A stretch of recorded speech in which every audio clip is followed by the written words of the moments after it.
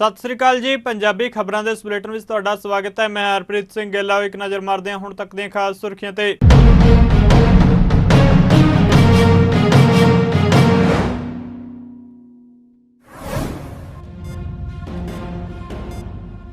ब्रिजभूषण नाल जुड़े जिनसी शोषण का मामला। दिल्ली पुलिस ने अदालत में दी दलील। कहा ब्रिजभूषण सिंह नूं जिनसी शोषण मामले में नहीं किया गया दोषमुक्त। द्वारका सैक्टर 21 तो जशोभूमि द्वारका सैक्टर 25 तक Delhi airport metro express line के विस्तार के उद्घाटन मौके अरविंद केजरीवाल नूं नहीं दिता गया सद्दा। कैबिनेट मंत्री आतिशी ने घेरी मोदी सरकार।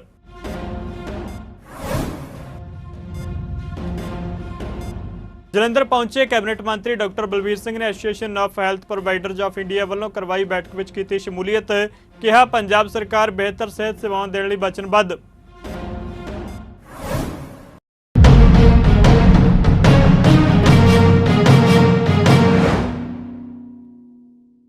ते हुण खबरां विस्तार नाल। दिल्ली पुलिस ने राष्ट्रीय राजधानी की एक अदालत नूं दस्सिआ कि कई महिला पहलवानों का जिनसी शोषण करने के दोष में भारतीय कुश्ती महासंघ के साबका मुखी और भाजपा सांसद ब्रिजभूषण शरण सिंह नूं उन्हां दे खिलाफ दोषां की जांच लई सरकार वालों गठित निगरान कमेटी ने दोष मुक्त नहीं किया। मामले में सिंह के खिलाफ दोष तय किए जाण जां नहीं, इस उत्ते बहस दौरान पुलिस ने additional chief metropolitan magistrate Harjeet Singh Jaspal के सामने यह दलील दी। कमेटी ने सिफारिशां दित्तियां सी, फैसला नहीं सुनाया गया सी। सिंह सुनवाई दौरान अदालत के सामने मौजूद रहे।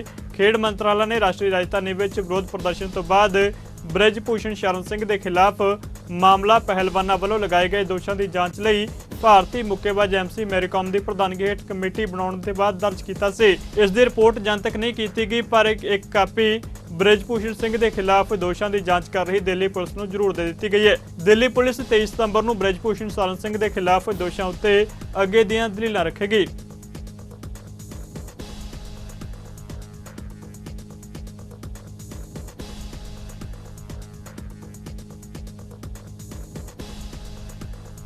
प्रधानमंत्री नरेंद्र मोदी ने द्वारका सैक्टर 21 तो जशोभूमि द्वारका सैक्टर 25 तक Delhi airport metro express line के विस्तार का उद्घाटन किया। इस उद्घाटन मौके दिल्ली के मुख्यमंत्री अरविंद केजरीवाल को सद्दा नहीं दिता गया, जिसनूं लैके आम आदमी पार्टी ने मोदी सरकार उत्ते तंज कसे ने। दिल्ली के कैबिनेट मंत्री आतिशी ने प्रेस कॉन्फ्रेंस की कहा कि DMRC केंद्र और दिल्ली सरकार का जॉइंट वेंचर है। इस दे प्रोजेक्ट के उद्घाटन मौके मुख्यमंत्री को सद्दा न देना मंदभागा है। आज प्रधानमंत्री नरेंद्र मोदी जी ने दिल्ली मेट्रो की एक 2 किलोमीटर की लाइन का उद्घाटन किया। ये लाइन सेक्टर 21 द्वारका से यशोभूमि कॉम्प्लेक्स तक जाती है और हमें इस बात का बहुत दुख है कि प्रधानमंत्री जी ने दिल्ली मेट्रो के इस लाइन के उद्घाटन के लिए दिल्ली के मुख्यमंत्री अरविंद केजरीवाल जी को बुलाने का भी नहीं सोचा, जबकि दिल्ली मेट्रो केंद्र सरकार का और दिल्ली सरकार का एक जॉइंट वेंचर है। और ये ऐसा भी नहीं है कि ये आज का जॉइंट वेंचर है। जिस दिन से DMRC बना है उसमें आधा पैसा केंद्र सरकार का लगता है, आधा पैसा दिल्ली सरकार का लगता है। और केंद्र सरकार और दिल्ली सरकार के इस समन्वय से ही दिल्ली मेट्रो जैसा शानदार इंफ्रास्ट्रक्चर दिल्ली में खड़ा हुआ है। ये बहुत दुख की बात है कि प्रधानमंत्री नरेंद्र मोदी जी और उनकी पार्टी भारतीय जनता पार्टी जो ये कहती है कि हम दुनिया की सबसे बड़ी पार्टी हैं, ये भी नहीं कि देश की सबसे बड़ी पार्टी, वो कहते हैं कि हम दुनिया की सबसे बड़ी पार्टी हैं। किलोमीटर की मेट्रो लाइन के उद्घाटन के लिए दिल्ली के मुख्यमंत्री को नहीं बुला सकते थे क्या? मैं प्रधानमंत्री नरेंद्र मोदी जी से कहना चाहूंगी, आप देश के प्रधानमंत्री हैं, आपको पार्टी लाइन से ऊपर उठना चाहिए कि दिल्ली देश की राजधानी है। अगर दिल्ली का विकास हमें करना है तो केंद्र सरकार को और दिल्ली सरकार को ये विकास मिलकर करना होगा। दिल्ली सरकार केंद्र सरकार के साथ कंधे से कंधा मिलाकर चलने को तैयार है, लेकिन एक बड़े की तरह, एक गार्डियन की तरह प्रधानमंत्री जी की जिम्मेदारी बनती है कि वो दिल्ली की सरकार को भी अपने साथ लेकर चले। एक 2 किलोमीटर की मेट्रो लाइन का उद्घाटन जब वो अकेले करने के लिए जाते हैं तो ये प्रधानमंत्री पद की गरिमा को भी शोभा नहीं देता। जलंधर पहुंचे सेहत मंत्री डॉक्टर बलबीर सिंह ने association of health providers of India वालों करवाई एक बैठक में शमूलियत की। इस मौके उन्होंने कहा कि WHO वालों पेशेंट सेफ्टी डे मनाया जा रहा है, जिस तहत मरीज ਨੂੰ ਵਧੀਆ ਸਿਹਤ ਸਹੂਲਤਾਂ ਯਕੀਨੀ ਬਣਾਉਣ ਉੱਤੇ ਜ਼ੋਰ ਦਿੱਤਾ ਜਾਂਦਾ ਹੈ। ਉਹਨਾਂ ਕਿਹਾ ਕਿ ਨਿੱਜੀ ਡਾਕਟਰਾਂ ਵੱਲੋਂ ਕੀਤਾ ਇਹ ਉਪਰਾਲਾ ਸ਼ਲਾਘਾਯੋਗ ਹੈ। ਉਹਨਾਂ ਕਿਹਾ ਕਿ ਪੰਜਾਬ ਸਰਕਾਰ ਲੋਕਾਂ ਨੂੰ ਬਿਹਤਰ ਸਿਹਤ ਸਹੂਲਤਾਂ ਦੇਣ ਲਈ ਵੀ ਵਚਨਬੱਧ ਹੈ। Association of health providers of India HPI ਵੱਲੋਂ ਸਪੈਸ਼ਲ ਮੀਟਿੰਗ ਕੀਤੀ ਹੈ, ਜਿਹਦੇ ਜਿਹੜੇ ਨੇ ਸਾਰੇ ਐਕਸਪਰਟ ਬੁਲਾਏ ਆ। ਔਰ ਅੱਜ ਜਿਹੜਾ ਸਾਡੀ WHO ਜੀ ਵਰਲਡ ਹੈਲਥ ਆਰਗੇਨਾਈਜੇਸ਼ਨ ਉਹ ਪੇਸ਼ੈਂਟ ਸੇਫਟੀ ਡੇ ਮਨਾਉਂਦੇ ਆ ਕਿ ਜਿਹੜੀ ਮਰੀਜ਼ ਦੀ ਜਿਹੜੀ ਹੈਗੀ ਆ ਉਹਦੇ ਵਾਸਤੇ ਜਿਹੜੀ ਕੁਆਲਿਟੀ ਹੈਲਥ ਕੇਅਰ ਆ ਬਹੁਤ ਜ਼ਰੂਰੀ ਆ ਪੇਸ਼ੈਂਟਸ ਵਾਸਤੇ। ਔਰ ਹਸਪੀਟਲ ਦੇ ਵਿੱਚ ਜਦੋਂ ਪੇਸ਼ੈਂਟ ਆਉਂਦਾ ਹੈਗਾ ਉਹਦੀ ਰਿਸੈਪਸ਼ਨ ਤੋਂ ਲੈ ਕੇ ਜਦੋਂ ਪੇਸ਼ੈਂਟ ਆਉਂਦਾ ਉੱਥੋਂ ਲੈ ਕੇ OPD ਚੈੱਕਅਪ, ਫਿਰ ਸਾਰੇ ਟੈਸਟ ਹੋਣੇ ਆ, ਉਹਦੇ ਆਪਰੇਸ਼ਨ ਹੋਣੇ ਆ, ਉਹਦੇ 'ਚ ਪੇਸ਼ੈਂਟ ਫਰੈਂਡਲੀ ਜਿਹੜਾ ਸਾਰਾ ਐਟਮੋਸਫੀਅਰ ਹੋਵੇ। ਔਰ ਜਿਹੜੀਆਂ ਸਾਰੀਆਂ ਸਰਵਿਸਿਜ਼ ਹੈਗੀਆਂ ਉਹਨਾਂ ਦੀ ਜਿਹੜੀ ਕੁਆਲਿਟੀ ਆ ਉਹ ਯੂਨੀਫਾਰਮ ਹੋਣੀ ਚਾਹੀਦੀ ਹੈ। ਇਹ ਪਹਿਲੀ ਵਾਰੀ ਹੈ ਕਿ ਜਸ ਜੀ ਔਰ ਡਾਕਟਰ ਸੁਧੀਰ ਮੇਰੇ ਜਿਹੜੇ ਪਰਮ ਮਿੱਤਰ ਆ, ਇਹਨਾਂ ਨੇ ਕਿਹਾ ਕਿ ਅਸੀਂ ਇਸ ਤਰ੍ਹਾਂ ਕਰ ਰਹੇ ਹਾਂ ਕਾਨਫਰੰਸ। ਮੈਨੂੰ ਬੜਾ ਅੱਛਾ ਲੱਗਿਆ ਕਿ ਸਾਡੇ ਗੌਰਮੈਂਟ ਦੇ ਵਿੱਚ ਜਿਹੜੀ ਕੁਆਲਿਟੀ ਆ ਉਹਦੇ ਵੱਲ ਧਿਆਨ ਦੇਣ ਦੀ ਲੋੜ ਹੈ। ਅਤੇ ਇਹ ਪਹਿਲੀ ਵਾਰੀ ਹੈ ਕਿ ਜਿਹੜੇ private doctors, private health providers, ਇਹ ਸਾਰਾ ਇਹਨਾਂ ਨੇ ਆਰਗੇਨਾਈਜ਼ ਕੀਤਾ ਸੀਗਾ। ਲੇਕਿਨ ਗੌਰਮੈਂਟ ਸੈਕਟਰ ਸਾਡੇ ਜਿਹੜੇ ਡਾਇਰੈਕਟਰ ਸਰਵਿਸਿਜ਼ ਤੋਂ ਲੈ ਕੇ ਜਿੰਨੇ ਸਾਡੇ ਸਿਵਲ ਸਰਜਨ ਆ ਔਰ ਜਿੰਨੇ ਸਾਡੇ ਜਿਹਨੂੰ ਡਿਪਟੀ ਮੈਡੀਕਲ ਕਮਿਸ਼ਨਰ ਕਹਿੰਦੇ ਆ ਜਿਹੜੇ ਹਸਪੀਟਲ ਮੈਨੇਜ ਕਰਦੇ ਆ, ਔਰ ਅਸਿਸਟੈਂਟ ਹਸਪੀਟਲ ਐਡਮਿਨਿਸਟ੍ਰੇਟਰ ਜਿਹੜੇ ਹੈਗੇ ਆ ਉਹ ਸਾਰੇ ਇਹਦੇ 'ਚ ਪਾਰਟੀਸਪੇਟ ਕਰ ਰਹੇ ਆ। ਇਹਦਾ ਜਿਹੜਾ ਮਕਸਦ ਹੈ, ਜਿਸ ਤਰ੍ਹਾਂ ਸਾਡੇ ਮਾਨਯੋਗ ਮੁੱਖ ਮੰਤਰੀ ਸਾਹਿਬ ਕਹਿੰਦੇ ਆ ਕਿ ਜਿਹੜੀ ਤੁਹਾਡੀ ਹੈਲਥ ਕੇਅਰ ਸਰਵਿਸਿਜ਼ ਆ ਉਹਨਾਂ ਦਾ ਸਟੈਂਡਰਡ, ਚਾਹੇ ਉਹ ਪ੍ਰਾਈਵੇਟ ਹਸਪਤਾਲ ਹੋਵੇ ਜਾਂ ਜਿਹੜਾ ਹੈਗਾ ਸਰਕਾਰੀ ਹਸਪਤਾਲ ਹੋਵੇ, ਉਹ ਦੋਨਾਂ ਦੇ ਵਿੱਚ ਬਹੁਤ ਵਧੀਆ ਹੋਣਾ ਚਾਹੀਦਾ, ਵਰਲਡ ਕਲਾਸ ਹੋਣਾ ਚਾਹੀਦਾ। ਸੋ ਇਹ ਜਿਹੜੀ ਸਾਰੀ ਕਾਨਫਰੰਸ ਹੈ ਉਹ ਇਹ ਹੈ ਕਿ ਜਿਹੜੀਆਂ ਪੇਸ਼ੈਂਟ ਨੂੰ ਜਿਹੜੀ ਕੁਆਲਿਟੀ ਆਫ ਸਰਵਿਸਿਜ਼ ਹੈ ਉਹ ਵਰਲਡ ਕਲਾਸ ਮਿਲਣੀਆਂ ਚਾਹੀਦੀਆਂ। ਔਰ ਜਿਹੜੇ ਸਾਡੇ ਗੌਰਮੈਂਟ ਹਸਪੀਟਲ ਹੈ ਉਹਨਾਂ 'ਚ managed and funded by the government, ਅਤੇ ਪ੍ਰਾਈਵੇਟ ਦੇ ਵਿੱਚ ਉਹ ਅਫੋਰਡੇਬਲ ਹੋਣੀਆਂ ਚਾਹੀਦੀਆਂ। ਅਤੇ ਅਫੋਰਡੇਬਲ ਕਿੱਦਾਂ ਹੋਣ, ਉਹਦੇ 'ਚ ਗੌਰਮੈਂਟ ਕਿੱਦਾਂ ਕੰਟਰੀਬਿਊਟ ਕਰ ਸਕਦੀ ਆ। ਅਤੇ ਗੌਰਮੈਂਟ ਸੈਕਟਰ ਨੂੰ ਰਿਫਾਰਮ ਕਰਨ ਵਾਸਤੇ ਪ੍ਰਾਈਵੇਟ ਸੈਕਟਰ, ਜਿਵੇਂ ਡਾਕਟਰ ਸੁਧੀਰ ਸਾਡੇ ਜਾ ਕੇ ਹਸਪੀਟਲ ਦਾ ਗੈਪ ਐਨਾਲਿਸਿਸ ਕਰਦੇ ਆ। ਹੋਰ ਵੀ ਸਾਡੇ ਲੁਧਿਆਣੇ ਦੇ ਵਿੱਚ ਬਹੁਤ ਸਾਰੇ ਡਾਕਟਰਸ ਜਿਹੜੇ ਹੈਗੇ ਆ, ਅਸੀਂ ਆਪਸ 'ਚ ਕੋਲੈਬੋਰੇਟ ਕਰ ਰਹੇ ਹਾਂ। ਅਸੀਂ ਫਲੱਡਸ ਦੇ ਵਿੱਚ ਵੀ ਜਿਹੜਾ ਸੀਗਾ ਐਮਰਜੈਂਸੀ ਸਰਵਿਸਿਜ਼ ਨੂੰ ਮੈਨੇਜ ਦੇ ਵਿੱਚ ਵੀ ਅਸੀਂ ਆਪਸ 'ਚ ਕੋਲੈਬੋਰੇਟ ਕੀਤਾ। ਅਤੇ ਹੁਣ ਜਿਹੜੀ ਸਾਡੀ ਗੌਰਮੈਂਟ ਦੀ ਪ੍ਰਾਇਰਟੀ ਹੈ, ਜੋ ਸਾਡੇ ਮੁੱਖ ਮੰਤਰੀ ਭਗਵੰਤ ਮਾਨ ਜੀ ਔਰ ਸ਼੍ਰੀ ਅਰਵਿੰਦ ਕੇਜਰੀਵਾਲ ਜੀ, ਜੋ ਉਹਨਾਂ ਨੇ ਮੈਨੂੰ ਜ਼ਿੰਮੇਵਾਰੀ ਦਿੱਤੀ ਆ, ਪਹਿਲਾ ਸੀਗਾ ਪ੍ਰਾਇਮਰੀ ਕੇਅਰ, ਜਿਹਦੇ ਵਿੱਚ ਅਸੀਂ ਆਮ ਆਦਮੀ ਕਲੀਨਿਕ ਖੋਲ੍ਹੇ ਆ, ਜਿਹਦੇ 'ਚ 50 ਲੱਖ ਤੋਂ ਜ਼ਿਆਦਾ ਬੰਦਿਆਂ ਨੇ ਇਲਾਜ ਕਰਾ ਲਿਆ ਹੈਗਾ। 664 ਸਾਡੇ Aam Aadmi clinic. Public feedback ਬਹੁਤ ਪੋਜ਼ੀਟਿਵ ਹੈ, ਉੱਥੇ ਦਵਾਈ ਵੀ ਮਿਲਦੀ ਹੈ, ਡਾਕਟਰ ਵੀ ਹੁੰਦਾ ਔਰ ਟੈਸਟ ਵੀ ਹੁੰਦੇ। ਉਹਦੇ ਨਾਲ ਕੀ ਹੈ ਕਿ ਜਿਹੜਾ ਅਰਲੀ ਡਾਇਗਨੋਸਿਸ ਔਰ ਜਿਹੜਾ ਅਰਲੀ ਟਰੀਟਮੈਂਟ ਐਂਡ ਡਾਇਗਨੋਸਿਸ ਜਿਹੜਾ ਉਹਦਾ ਕਰਕੇ ਅਸੀਂ ਉਹਦਾ ਟਰੀਟਮੈਂਟ ਕਰਨਾ, ਉਹਦੇ ਨਾਲ ਜਿਹੜੀਆਂ ਸਾਡੀਆਂ ਜੇ ਸ਼ੂਗਰ BP ਦਾ ਇਲਾਜ ਕਰ ਦਾਂਗੇ ਤਾਂ ਲੋਕਾਂ ਦੇ ਗੁਰਦੇ ਨਹੀਂ ਫੇਲ ਹੋਣਗੇ, ਲਿਵਰ ਫੇਲਿਅਰ ਨਹੀਂ ਹੋਏਗਾ, ਕੈਂਸਰ ਦੀ ਰੋਕਥਾਮ ਹੋ ਸਕਦੀ ਹੈ, ਬਹੁਤ ਸਾਰੀਆਂ ਬਿਮਾਰੀਆਂ ਦੀ ਰੋਕਥਾਮ ਹੋ ਸਕਦੀ ਹੈ। ਉਹ ਸਾਡਾ ਬਹੁਤ ਕਾਮਯਾਬ ਰਿਹਾ। ਅਸੀਂ ਯੋਗਾ ਸ਼ੁਰੂ ਕੀਤਾ ਹੈਗਾ ਜਿਹੜਾ 9 ਸਿਟੀਜ਼ ਦੇ ਵਿੱਚੋਂ ਹੁਣ ਅਸੀਂ ਬਾਕੀਆਂ ਦੇ ਵਿੱਚ ਐਕਸਟੈਂਡ ਕਰ ਰਹੇ ਹਾਂ। ਉਹ ਵੀ ਇਸ ਵੇਲੇ ਸਾਡੇ 7000 ਲੋਕ ਕਰਦੇ ਆ, 25000 ਸਾਡੀ ਟਾਰਗੇਟ ਹੈ। ਅਤੇ ਹੁਣ ਜਿਹੜੀ ਮੈਨੂੰ ਉਹਨਾਂ ਨੇ ਜ਼ਿੰਮੇਵਾਰੀ ਦਿੱਤੀ ਹੈ, ਨੈਕਸਟ ਉਹ ਹੈਗਾ ਕਿ ਜਿਹੜੇ ਡਿਸਟ੍ਰਿਕਟ ਹਸਪੀਟਲ ਹੈ ਸਾਰੇ, ਉਹਨਾਂ ਦੇ ਵਿੱਚ ਐਮਰਜੈਂਸੀ ਕੇਅਰ ਹੋਣੀ ਚਾਹੀਦੀ ਹੈ, ਇੰਟੈਂਸਿਵ ਕੇਅਰ ਯੂਨਿਟ ਹੋਣੇ ਚਾਹੀਦੇ ਆ, ਪੇਸ਼ੈਂਟ ਫਰੈਂਡਲੀ, ਜਿਵੇਂ ਪੇਸ਼ੈਂਟ ਵਾਸਤੇ ਸਾਰੀਆਂ ਸੁਵਿਧਾਵਾਂ, ਜਦੋਂ ਪੇਸ਼ੈਂਟ ਆਵੇ ਫੈਸਿਲੀਟੇਸ਼ਨ ਸੈਂਟਰ ਹੋਵੇ, ਪੀਣ ਲਈ ਪਾਣੀ ਹੋਵੇ, ਅੱਛੀਆਂ ਸਾਫ਼ ਸੁਥਰੀਆਂ ਟੋਇਲਟਸ ਹੋਣ, ਔਰ ਉਹਨਾਂ ਨੂੰ ਗਾਈਡ ਕਰਨ ਵਾਸਤੇ ਉੱਥੇ ਜਿਹੜੀ ਇਹ ਟੀਮ, ਇੱਕ ਡੈਡੀਕੇਟਡ ਟੀਮ ਹੋਵੇ, ਉਹਨਾਂ ਨੂੰ ਗਾਈਡ ਕਰਕੇ ਜਿਹੜਾ ਸੰਬੰਧਿਤ ਡਾਕਟਰ ਹੈ, ਚਾਹੇ ਉਹ ਕਿਸੇ ਵੀ ਮਹਿਕਮੇ ਦਾ, ਹੱਡੀਆਂ ਦਾ, ਪੇਸ਼ੈਂਟ ਨੂੰ ਨਹੀਂ ਪਤਾ ਉਹਨੇ ਕਿੱਥੇ ਜਾਣਾ, ਹਾਰਟ ਦਾ, ਬ੍ਰੇਨ ਦਾ ਜਾਂ ਕੋਈ ਗੁਰਦੇ ਦਾ, ਜਿਹੜਾ ਵੀ ਡਾਕਟਰ ਹੈ ਉਹਨੂੰ ਡਾਕਟਰ ਤੱਕ ਪਹੁੰਚਾ ਕੇ ਆਉਣਾ। ਫਿਰ ਉਹਦੇ ਟੈਸਟ ਹੋਣੇ, ਉਹ ਟੈਸਟ ਦੀ ਜਿਹੜੇ ਹੈਗੇ ਆ ਸੈਂਪਲ ਡਰਾ ਕਰਕੇ ਔਰ ਲਿਆ ਕੇ ਰਿਪੋਰਟ ਜਿਹੜੀ ਹੈ ਪੇਸ਼ੈਂਟ ਨੂੰ, ਤਾਂ ਕਿ ਜਿਹੜੇ ਮਰੀਜ਼ਾਂ ਨੂੰ ਇੱਕ ਬੜਾ ਸੁਵਿਧਾਜਨਕ ਜਿਹੜਾ ਇਲਾਜ ਮਿਲੇ। ਸੋ ਅਸੀਂ ਹੁਣ ਆਉਣ ਵਾਲੇ ਦਿਨਾਂ ਦੇ ਵਿੱਚ ਜਿਹੜੇ ਸਾਡੇ 23 ਜਿਹੜੇ ਸਾਡੇ ਜ਼ਿਲ੍ਹਾ ਹਸਪਤਾਲ ਹੈ, ਡਿਸਟ੍ਰਿਕਟ ਹਸਪੀਟਲ ਹੈ, ਅਸੀਂ ਉਹਨਾਂ ਨੂੰ ਰਿਫਾਰਮ ਕਰਨ ਜਾ ਰਹੇ ਹਾਂ। ਸੋ ਆਉਣ ਵਾਲੇ ਦਿਨਾਂ 'ਚ ਤੁਸੀਂ ਦੇਖੋਗੇ ਕਿ ਹਰ ਦਿਨ, ਹਰ ਹਫ਼ਤੇ, ਹਰ ਮਹੀਨੇ ਉੱਥੇ ਇੰਪਰੂਵਮੈਂਟਸ ਹੋਣਗੀਆਂ। ਔਰ ਬਹੁਤ ਜਲਦੀ ਅਸੀਂ ਜਿਹੜਾ ਹੈਗਾ ਉਹਨਾਂ ਨੂੰ ਜਿਸ ਤਰ੍ਹਾਂ ਕਾਰਪੋਰੇਟ ਹਸਪੀਟਲ ਹੁੰਦੇ ਆ ਉਹੋ ਜਿਹਾ ਬਣਾ ਦਾਂਗੇ। ਪ੍ਰਧਾਨ ਮੰਤਰੀ ਨਰਿੰਦਰ ਮੋਦੀ ਦੇ ਜਨਮ ਦਿਨ ਦੇ ਮੌਕੇ ਤੇ ਉਹਨਾਂ ਦੀ ਲੰਮੀ ਉਮਰ ਲਈ ਵੱਖ-ਵੱਖ ਧਾਰਮਿਕ ਸਥਾਨਾਂ ਵਿੱਚ ਅਰਦਾਸ ਬੇਨਤੀਆਂ ਕੀਤੀਆਂ ਗਈਆਂ। ਇਸੇ ਤਹਿਤ ਦਿੱਲੀ ਦੇ ਬਾਲਾ ਸਾਹਿਬ ਗੁਰਦੁਆਰਾ ਸਾਹਿਬ ਵਿੱਚ ਕੌਮੀ ਘੱਟ ਗਿਣਤੀ ਕਮਿਸ਼ਨ ਦੇ ਚੇਅਰਮੈਨ ਇਕਬਾਲ ਸਿੰਘ ਲਾਲਪੁਰਾ, ਭਾਜਪਾ ਦੇ ਕਈ ਆਗੂਆਂ ਨੇ ਪ੍ਰਧਾਨ ਮੰਤਰੀ ਨਰਿੰਦਰ ਮੋਦੀ ਦੀ ਲੰਬੀ ਉਮਰ ਲਈ ਅਰਦਾਸ ਕੀਤੀ। ਇਸ ਮੌਕੇ ਉਹਨਾਂ ਪ੍ਰਧਾਨ ਮੰਤਰੀ ਨਰਿੰਦਰ ਮੋਦੀ ਦੀ ਅਗਵਾਈ ਵਿੱਚ ਸਰਕਾਰ ਵੱਲੋਂ ਕੀਤੇ ਕਾਰਜਾਂ ਦਾ ਜ਼ਿਕਰ ਕੀਤਾ। ਉਹਨੇ ਕਿਹਾ ਕਿ ਪ੍ਰਧਾਨ ਮੰਤਰੀ ਨਰਿੰਦਰ ਮੋਦੀ ਨੇ ਅੱਜ ਦੇਸ਼ ਨੂੰ ਦੁਨੀਆ ਵਿੱਚ ਵੱਖਰਾ ਮੁਕਾਮ ਦਿਵਾਇਆ। ਇਸ ਮੌਕੇ ਆਲ ਇੰਡੀਆ ਕੇਂਦਰੀ ਸ੍ਰੀ ਗੁਰੂ ਸਿੰਘ ਸਭਾ ਦੇ ਪ੍ਰਧਾਨ ਤਰਵਿੰਦਰ ਸਿੰਘ ਮਾਰਵਾ ਨੇ ਅਰਦਾਸ ਸਮਾਗਮ ਬਾਰੇ ਜਾਣਕਾਰੀ ਸਾਂਝੀ ਕੀਤੀ ਅਤੇ ਪ੍ਰਧਾਨ ਮੰਤਰੀ ਨਰਿੰਦਰ ਮੋਦੀ ਨੂੰ ਜਨਮ ਦਿਨ ਮੌਕੇ ਵਧਾਈ ਦਿੱਤੀ ਹੈ।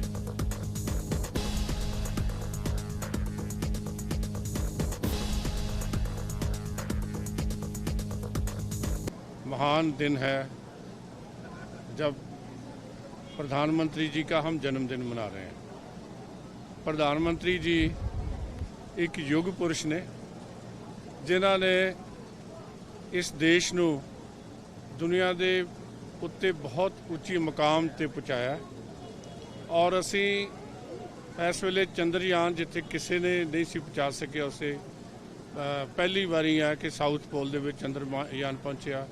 ਇਕਨੋਮੀ ਸਾਡੀ ਦੁਨੀਆ ਦੀ ਤੀਜੇ ਨੰਬਰ ਦੀ ਇਕਨੋਮੀ ਬਣ ਜਾ ਰਹੀ ਹੈ, ਅਸੀਂ ਬਲਕਿ 1 ਨੰਬਰ ਵੱਲ ਵਧ ਰਹੇ ਹਾਂ। ਅਸੀਂ ਇੱਕ ਮਜ਼ਬੂਤ ਭਾਰਤ ਹੈ। ਭਾਰਤੀ ਜਿੱਥੇ ਵੀ ਬੈਠਾ ਹੈ ਉਹ ਸ਼ਾਨ ਨਾਲ ਸਾਰੀ ਦੁਨੀਆ 'ਚ ਉਹਦੇ ਗਰਵ ਨਾਲ ਉਹਦਾ ਸਿਰ ਉੱਚਾ ਹੋ ਰਿਹਾ।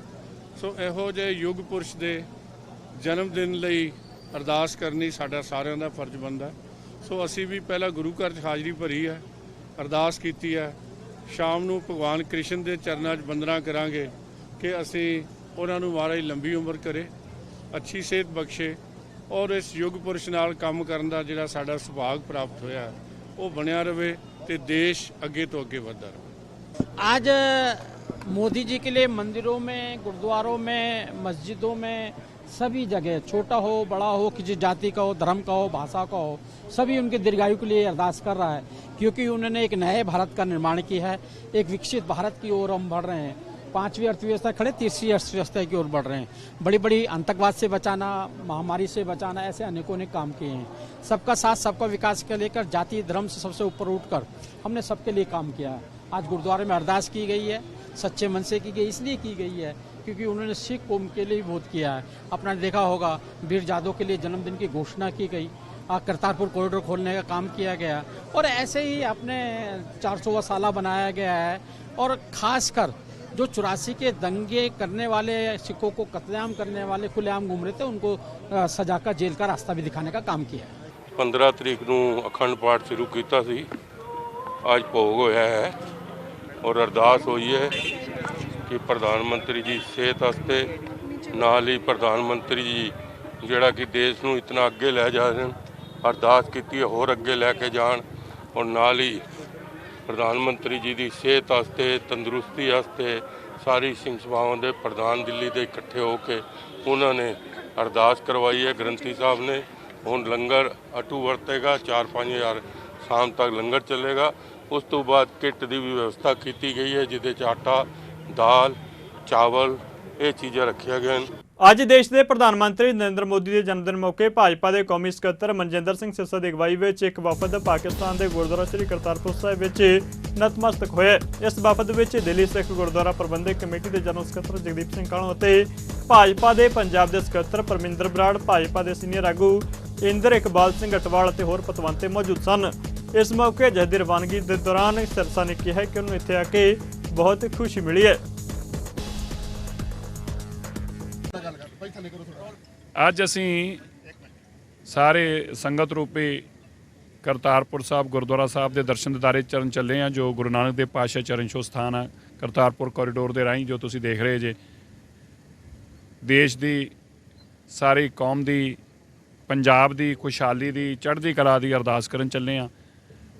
ਦਿੱਲੀ ਗੁਰਦੁਆਰਾ ਮੈਨੇਜਮੈਂਟ ਕਮੇਟੀ ਦੇ ਸਾਡੇ ਸਤਿਕਾਰਯੋਗ ਮੈਂਬਰ ਸਾਹਿਬਾਨ, ਜਨਰਲ ਸਕੱਤਰ ਸਾਹਿਬ, ਪਟਨਾ ਸਾਹਿਬ ਕਮੇਟੀ ਤੋਂ, ਹਰਿਆਣਾ ਗੁਰਦੁਆਰਾ ਪ੍ਰਬੰਧਕ ਕਮੇਟੀ ਤੋਂ ਬਹੁਤ ਸਾਰੇ ਸੰਸਥਾਵਾਂ ਦੇ ਲੋਕ ਮਿਲ ਕੇ ਅਸੀਂ ਇਹ ਅਰਦਾਸ ਕਰਨ ਚੱਲੇ ਹਾਂ ਕਿ ਦੇਸ਼ ਜਿਹੜਾ ਖੁਸ਼ਹਾਲ ਰਹੇ, ਇਸੇ ਤਰ੍ਹਾਂ ਚੜ੍ਹਦੀ ਕਲਾ 'ਚ ਰਹੇ।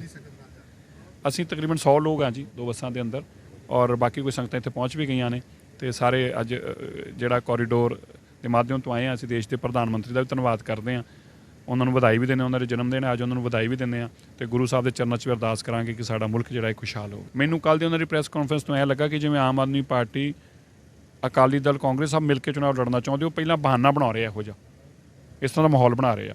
ਔਰ ਪਿਛਲੇ 'ਚ ਚਰਚਾ ਵੀ ਸੀ ਕਿ ਦਿੱਲੀ ਦੇ ਅੰਦਰ ਆਮ ਆਦਮੀ ਪਾਰਟੀ ਦੀ ਔਰ ਅਕਾਲੀ ਦਲ ਦੇ ਕੁਝ ਲੀਡਰਾਂ ਦੀਆਂ ਮੁਲਾਕਾਤਾਂ ਹੋਈਆਂ ਨੇ। ਤਿੰਨੇ ਪਾਰਟੀਆਂ ਇਕੱਠੀਆਂ ਮਿਲ ਕੇ ਚੁਣਾਵ ਲੜਨਗੀਆਂ, ਤਿੰਨੇ ਇੱਕੋ ਹੀ ਨੇ।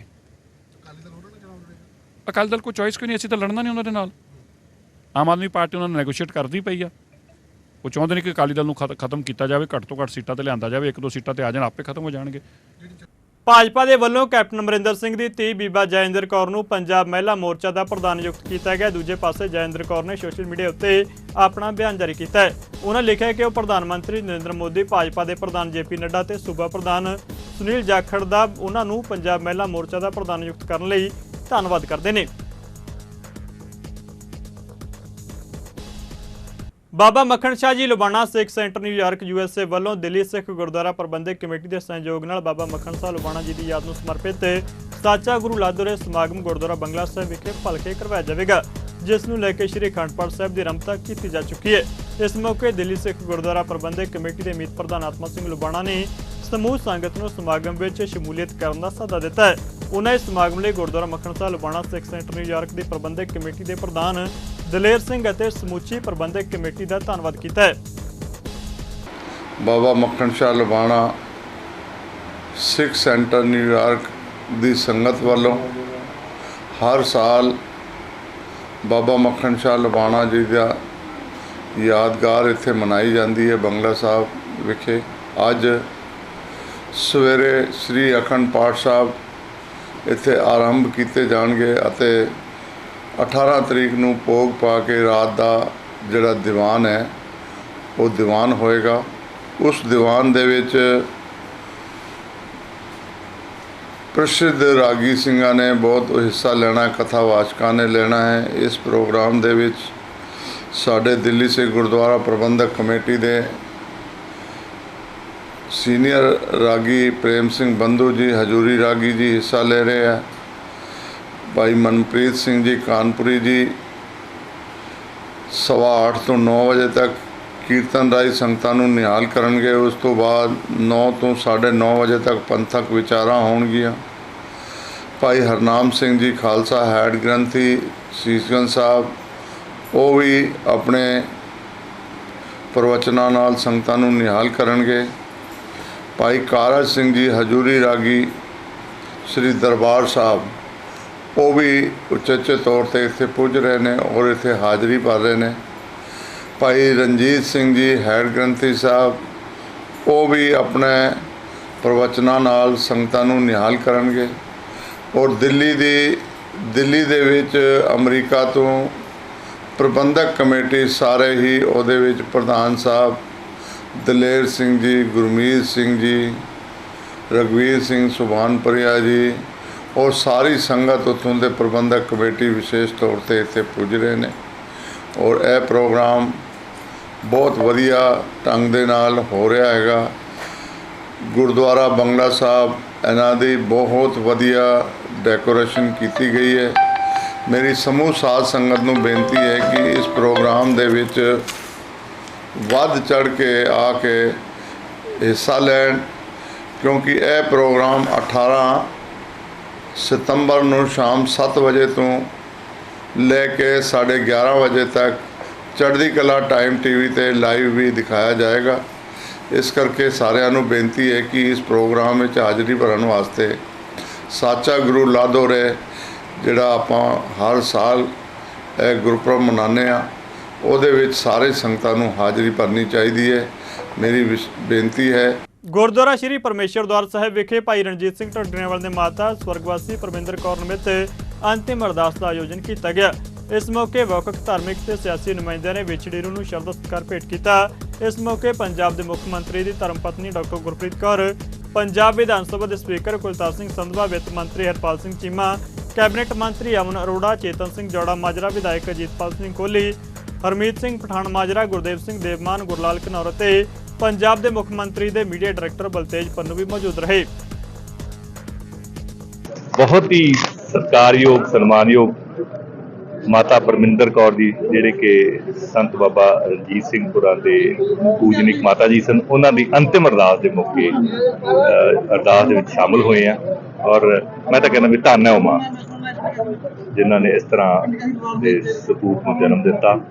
ਔਰ ਅੱਜ ਮੈਂ ਬਾਬਾ ਜੀ ਹੋਰਾਂ ਦੇ ਦੁੱਖ ਦੇ ਵਿੱਚ ਸ਼ਰੀਕ ਹੁੰਦਾ ਹੋਇਆ ਅੰਤਿਮ ਅਰਦਾਸ ਦੇ ਵੀ ਸ਼ਰੀਕ ਹੋਇਆ। ਗੁਰੂ ਸਾਹਿਬ ਦੇ ਚਰਨਾਂ 'ਚ ਅਰਦਾਸ ਕੀਤੀ ਹੈ ਕਿ ਸੱਚਾ ਪਾਤਸ਼ਾਹ ਪਿੱਛੇ ਪਰਿਵਾਰ ਨੂੰ ਭਾਣਾ ਮੰਨਣ ਦਾ ਬਲ ਬਖਸ਼ਣ ਔਰ ਮਾਤਾ ਜੀ ਨੂੰ ਆਪਣੇ ਚਰਨਾਂ 'ਚ ਨਿਵਾਸ ਬਖਸ਼ਣ। ਸਾਡੇ ਬਹੁਤ ਹੀ ਸਤਿਕਾਰਯੋਗ ਮਾਤਾ ਪਰਮਿੰਦਰ ਕੌਰ ਜੀ, ਜਿਹੜੇ ਪਿਛਲੇ ਦਿਨੀ ਸਰੀਰਕ ਤੌਰ 'ਤੇ ਹਮੇਸ਼ਾ ਲਈ ਸਾਡੇ ਵਿੱਚ ਚਲੇ ਗਏ ਬਾਬਾ ਰਣਜੀਤ ਸਿੰਘ ਜੀ ਢੱਡਰੀਆਂ ਵਾਲੇ, ਉਹਨਾਂ ਦੇ ਮਾਤਾ ਜੀ, ਤੇ ਅੱਜ ਅੰਤਿਮ ਅਰਦਾਸ ਦੇ ਵਿੱਚ ਹਾਜ਼ਰੀ ਲਾਈ ਹੈ। ਅੰਤਿਮ ਅਰਦਾਸ ਦੇ ਵਿੱਚ ਔਰ ਪ੍ਰਮਾਤਮਾ ਦੇ ਚਰਨਾਂ 'ਚ ਦੁੱਧ ਦੀ ਅਰਦਾਸ ਬੇਨਤੀ ਕਿ ਸੱਚੇ ਪਾਤਸ਼ਾਹ ਵਿਛੜੀ ਆਤਮਾ ਨੂੰ ਆਪਣੇ ਜੰਨਾਂ 'ਚ ਨਿਵਾਸ ਦਿਓ ਔਰ ਬਾਬਾ ਰਣਜੀਤ ਸਿੰਘ ਜੀ ਢੱਡਰੀਆਂ ਵਾਲੇ ਇਹਨਾਂ ਨੂੰ ਹਮੇਸ਼ਾ ਚੜ੍ਹਦੀ ਕਲਾ 'ਚ ਰੱਖਿਓ ਔਰ ਹਮੇਸ਼ਾ ਤੰਦਰੁਸਤ ਰੱਖਿਓ।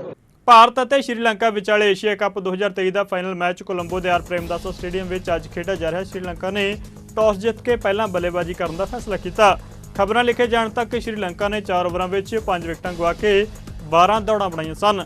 ਏਸ਼ੀਆ ਕੱਪ ਵਿੱਚ ਹੁਣ ਤੱਕ ਦੋਵਾਂ ਟੀਮਾਂ ਦਾ ਪ੍ਰਦਰਸ਼ਨ ਸ਼ਾਨਦਾਰ ਰਿਹਾ। ਦੋਵੇਂ ਟੀਮਾਂ ਸਿਰਫ ਇੱਕ ਮੈਚ ਹਾਰੀਆਂ ਨੇ, ਜਿੱਥੇ ਸ਼੍ਰੀਲੰਕਾ ਨੂੰ ਭਾਰਤ ਤੋਂ ਹਾਰ ਦਾ ਸਾਹਮਣਾ ਕਰਨਾ ਪਿਆ ਸੀ, ਜਦੋਂ ਕਿ ਭਾਰਤ ਨੂੰ ਆਪਣੇ ਆਖਰੀ ਮੈਚ ਵਿੱਚ ਬੰਗਲਾਦੇਸ਼ ਤੋਂ ਹਾਰ ਦਾ ਸਾਹਮਣਾ ਕਰਨਾ ਪਿਆ ਸੀ।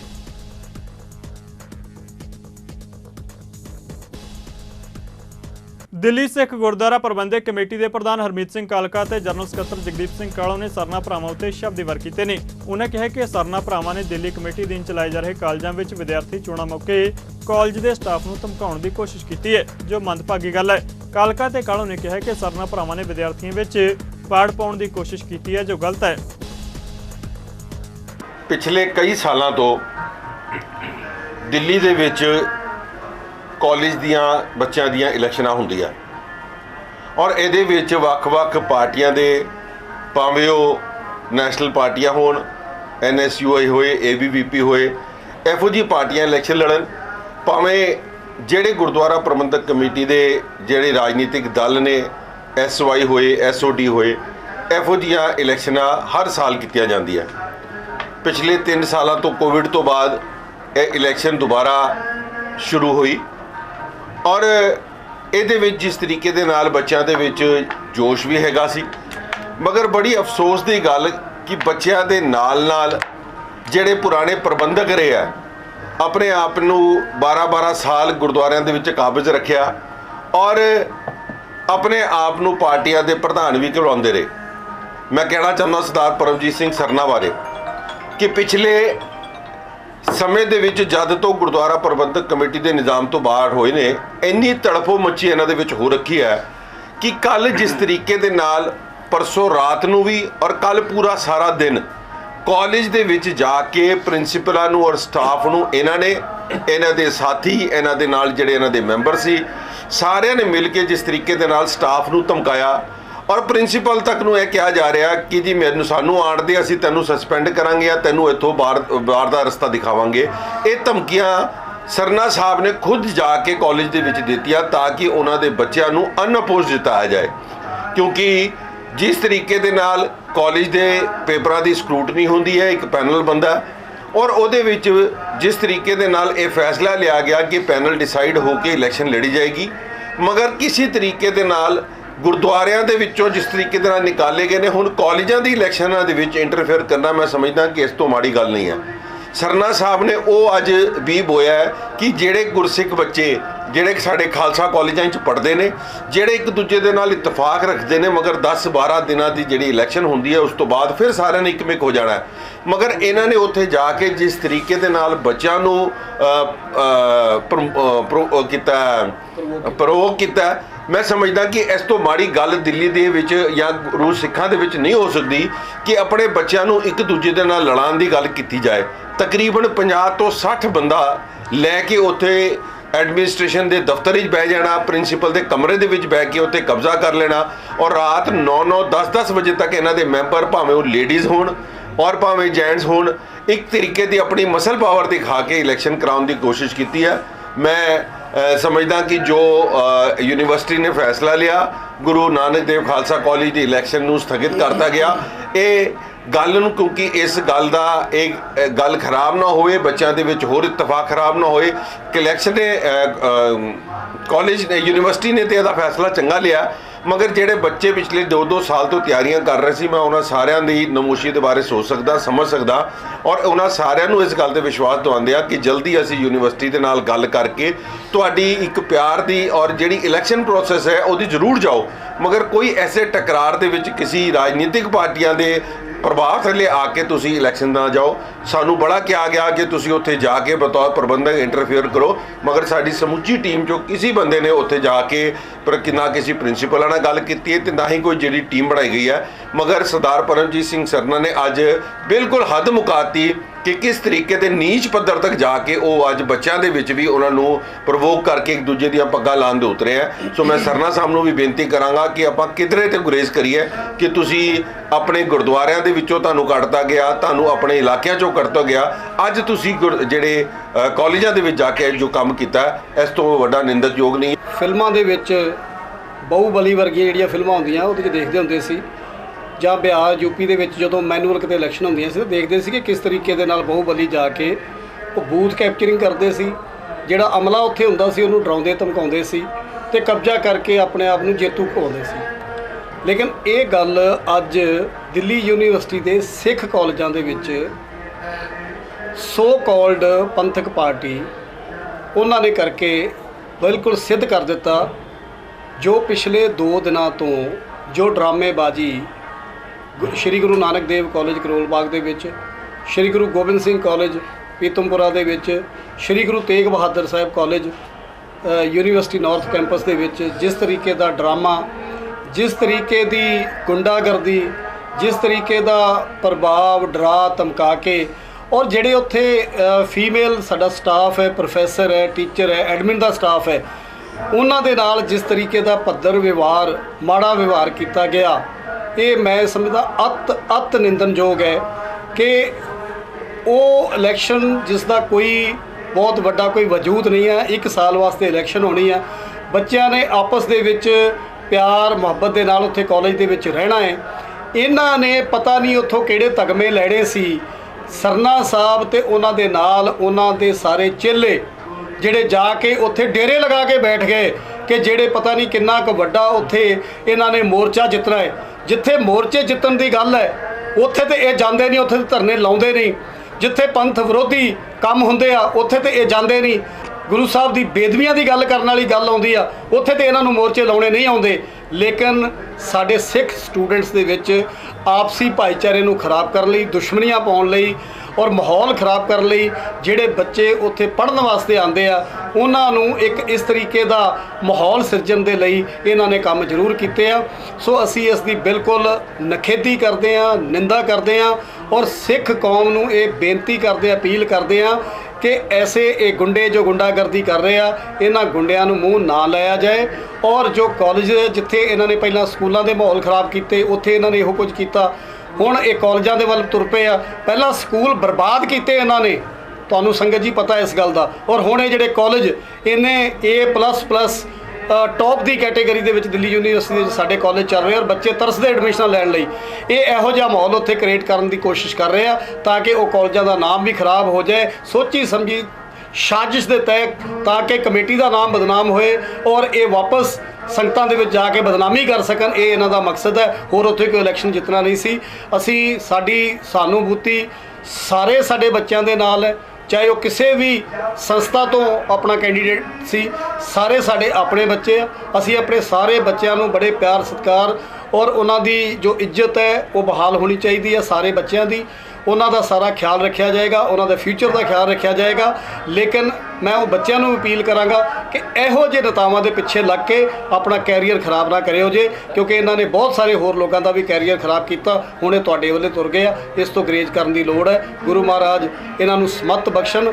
ਪੰਜਾਬੀ ਖਬਰਾਂ ਦੇ ਇਸ ਬੁਲੇਟਿਨ ਵਿੱਚ ਫਿਲਹਾਲ ਨਹੀਂ ਜਾਂਦੇ ਨਜ਼ਰ ਮਾਰਦੇ ਮੌਸਮ ਦੇ ਹਾਲ ਤੇ। ਤੁਸੀਂ ਬਣੇ ਰਹੋ ਚੜ੍ਹਦੀ ਕਲਾ ਟਾਈਮ ਟੀਵੀ ਦੇ ਨਾਲ। ਧੰਨਵਾਦ।